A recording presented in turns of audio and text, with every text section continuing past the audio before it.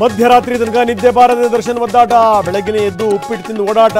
Ballari central ಜೈಲಿನಲ್ಲಿ ಪುಸ್ತಕದ ಮೊರೆ ಹೋದ ದಾಸ.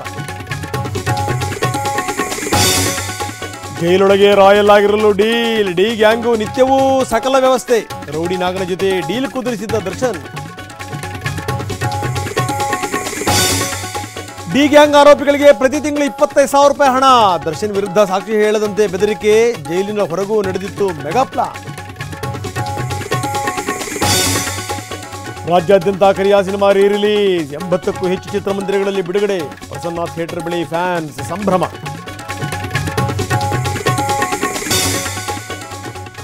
ಮಳೆ ಆರ್ಭಟಕ್ಕೆ ಬೆಂಗಳೂರು ಅಧ್ವಾನ.